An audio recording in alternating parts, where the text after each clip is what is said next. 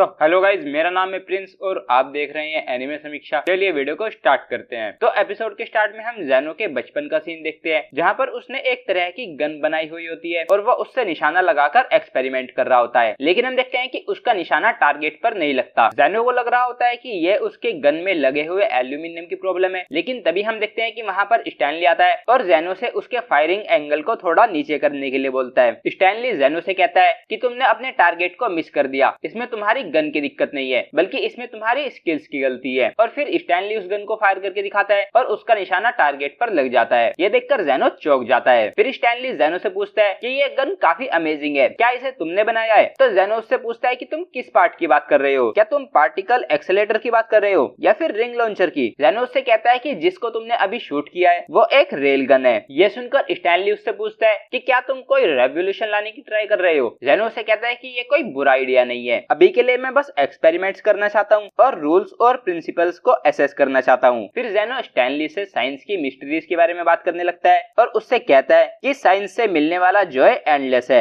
और फिर वो उससे कहता है कि इसीलिए साइंस एलिगेंट है। यह सुनकर स्टैनली उससे कहता है कि तुम काफी अजीब हो और फिर जाकर उसको हैंडशेक ऑफर करता है। फिर ज़ेनो भी उससे हैंडशेक कर लेता है। लेकिन तभी सीन चेंज हो जाता है और हम देखते हैं कि ज़ेनो ये सपना देख रहा होता है और अब वो उठ चुका होता है। फिर हम सभी को शिप के अंदर देखते हैं और हम देखते हैं कि वो सभी मीटिंग कर रहे होते हैं। फिर गैन उनके नए दोस्तों को अभी तक क्या हुआ उसकी समरी देने के लिए बोलता है। उके उन सभी को बताता है कि वो सभी लोगों को वापस से रिवाइव करना चाहते हैं और वो इसीलिए कॉर्न को ढूंढने के लिए अमेरिका आए थे और वहीं उनको ज़ेनो मिला और उन्होंने उससे बैटल की। लेकिन उन्होंने हमारी शिप और लोगों को बंदी बना लिया और हमने डॉक्टर ज़ेनो को कैप्चर कर लिया और दोनों साइड पर होस्टेजेस होने की वजह से हमने कॉर्न सिटी को एक सेफ जोन बना दिया और अब वो इस बोट से स्टैनली और उसके लोगों से बचकर भाग रहे हैं। और तभी हम देखते हैं कि स्टैनली और उसके लोगों का वो कैरियर उन्हीं के पीछे आ रहा होता है। स्विका पूछती है कि क्या हम उनसे जीत नहीं सकते? तो तभी सेंकु वहां पर आता है और उनसे कहता है कि नहीं, अभी के लिए हम उनसे बचकर भागेंगे। और फिर वो हमको बताता है कि उनका नेक्स्ट टारगेट साउथ अमेरिका है। फिर हम देखते हैं कि वो सभी वहां पर जाने के लिए काफी ज्यादा एक्साइटेड होते हैं। और फिर ज़ेनो सेंकु से पूछता है कि मान लो उस सोर्स पर हमें कुछ मिल गया जो कई हजार सालों से वहां पर हमारा वेट कर रहा हो, लेकिन क्या तुमने इस बात को कंसीडर किया कि वो मून पर रहने वाले लोगों का हो सकता है? ज़ेनो देखता है कि सेंकु ने भी इस बारे में सोचा है और सेंकु उसको बताता है कि हमको मून से काफी ज्यादा बड़ी माइक्रोवेव्स एनर्जी आ रही है, तो हमने उनको सुन लिया। फिर ज़ेनो सेंकु से कहता है कि वर्ल्ड के 2 टॉप साइंटिस्ट यहाँ पर हैं और फिर वो सेंकु से साथ में मिलकर काम करने के लिए बोलता है। तो सेंकु भी उसके साथ मिलकर इस मिस्ट्री को सोल्व करने के लिए मान जाता है। फिर सीन चेंज हो जाता है और हम देखते हैं कि ज़ेनो के सोल्जर्स उन सभी होस्टेजेस से काफी बुरा बर्ताव कर रहे होते हैं। तो हानादा उनसे कहती है कि ये सीज फायर जोन है और हम सब यहाँ पर इक्वल्स हैं। तभी किंडो देखता है कि वहाँ पर गिंडो नहीं है और तभी हम देखते हैं कि मात्सुकाजे अचानक से गिर जाता है और हम देखते हैं कि उसके हाथ पर चोट लगी होती है और उसका काफी सारा खून बह रहा होता है। मात्सुकाजे बोलता है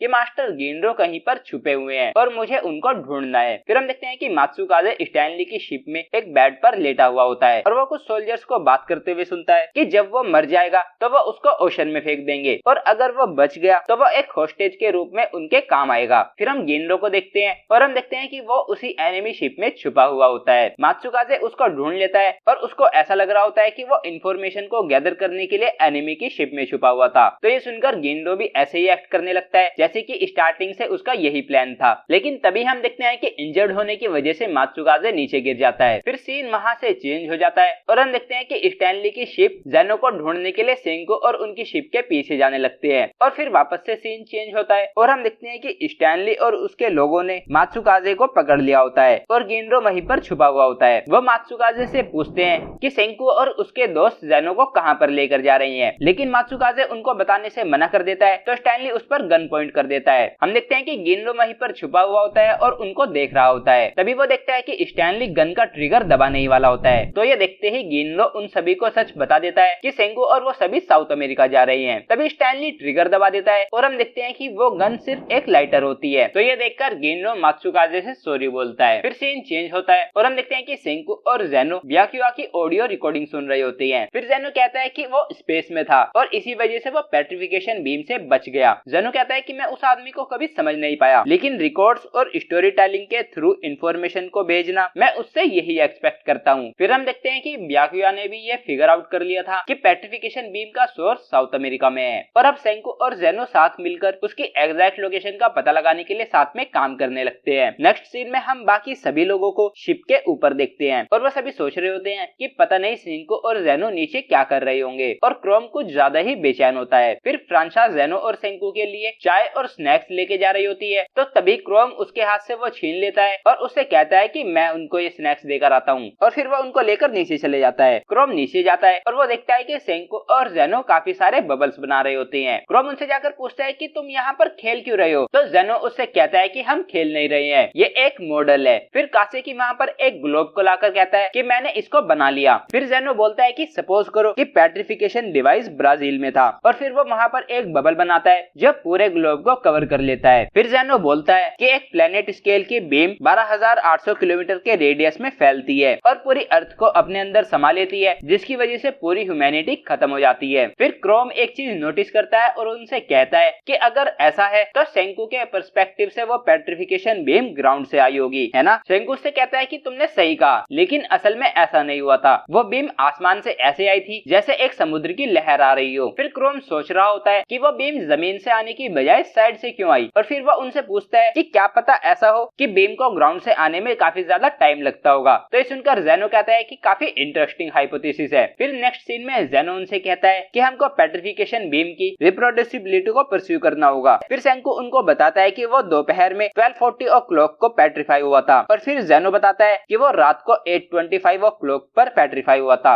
और उस समय वो पिनेकल्स नेशनल पार्क में थे। फिर वो दोनों जगहों के अलग अलग टाइम जोन्स को कैलकुलेट करके ये कंक्लूड करते हैं कि वो पेट्रिफिकेशन बीम टोक्यो में 15 मिनट्स और 20 सेकंड बाद आई थी। और फिर सेंको बोलता है कि इस हिसाब से उस बीम को पूरे प्लेनेट को कवर करने में कुछ डजन्स ऑफ मिनट्स लगे होंगे। फिर सेंको बोलता है कि ये काफी वियर्ड है। क्रोम पूछता है कि क्या वियर्ड है, तो सेंको उसको बताता है कि जिस स्पेसशिप में ब्याकुया था वो एक जगह पर रुका हुआ नहीं था, वो अर्थ के चक्कर लगा रहा था और इतने समय में वो आधा लूप कवर कर लेते। फिर क्रोम बोलता है कि तो इसका मतलब वो पेट्रिफिकेशन बीम को अवॉइड नहीं कर सकते थे। फिर ज़ेनो बोलता है कि दूसरे शब्दों में उस लाइट की वेव ने पूरे प्लेनेट को काफी लो एल्टीट्यूड पर कवर किया होगा और वो कोई भी लाइट नहीं होगी। अगर वो लाइट होती तो वो काफी ज्यादा फास्ट होती, वो जरूर कुछ चमकने वाला सब्सटेंस होगा और वो एक जगह से पूरे प्लेनेट में फैल रहा होगा और जरूर वो ग्रेविटी की वजह से रुक रहा होगा। ये हमारी ऑब्जर्वेशंस को मैच करता है। फिर वो उस लाइट के आने का एंगल और उस समय के टेम्परेचर और वेदर को कैलकुलेट करने लगते हैं। फिर नेक्स्ट सीन में हम देखते हैं कि कोहाको भी उनके रूम के बाहर आती है और कहती है कि क्रोम को कुछ ज्यादा ही टाइम लग रहा है, वो अंदर गया था और फिर वापस ही नहीं आया। और फिर कोहाको भी अंदर देखती है और वो देखती है कि क्रोम बबल्स बना रहा होता है और सेंको और ज़ेनो अपनी कैलकुलेशंस कर रहे होते हैं। फिर हम देखते हैं कि उन्होंने कैलकुलेट किया होता है कि जब उन्होंने पेट्रिफिकेशन बीम को देखा था और फिर उसके बाद जब वो पेट्रीफाई हो गए थे उसके बीच में 56 सेकंड्स का गैप था। फिर क्रोम बोलता है कि पेट्रिफिकेशन बीम सेम स्पीड से चलती रहती है, वो कभी भी अपनी स्पीड चेंज नहीं करती। तो ये सुनकर ज़ेनो और सेंको उससे कहते हैं कि तुम्हारी ये डिस्कवरी काफी ज्यादा यूजफुल साबित होगी। फिर वो दोनों काफी ज्यादा कॉम्प्लिकेटेड कैलकुलेशंस करने लगते हैं, जैसे कि वो पेट्रिफिकेशन बीम सरफेस से कितने ऊपर थी और उसने प्लेन में सभी को पेट्रीफाई कर दिया था, जिसका मतलब वो लगभग हवा में 20,000 मीटर्स के एल्टीट्यूड पर थी। और फिर वो कैलकुलेट कर लेते हैं कि उस पेट्रिफिकेशन बीम की स्पीड 32,000 किलोमीटर पर आवर थी। और हम देखते हैं कि ये सब देखकर क्रोम काफी ज्यादा शॉक हो जाता है और उसको कुछ भी समझ नहीं आ रहा होता। क्रोम उनसे कहता है कि मेरे समझने से पहले कि तुम क्या कर रहे हो, तुम्हारी कैलकुलेशन खत्म भी हो जाएगी। फिर सेंको और ज़ेनो ग्लोब पर अपनी कैलकुलेशंस करके बोलते हैं कि उस पेट्रिफिकेशन बीम की रूट 3 डिग्री 7 मिनट साउथ और 60 डिग्रीज 1 मिनट वेस्ट पर है। और फिर सेंको बोलता है कि ये काफी ज्यादा एक्साइटिंग है और यहीं पर एपिसोड एंड हो जाता है। तो गाइस ये था episode first of the doctor stone season 4 part 2। अगर आपको वीडियो पसंद आई है तो वीडियो को लाइक कीजिए, चैनल को सब्सक्राइब कीजिए, प्रेस कीजिए बेल आइकन को। मैं मिलता हूँ आपसे नेक्स्ट वीडियो में। Thank you.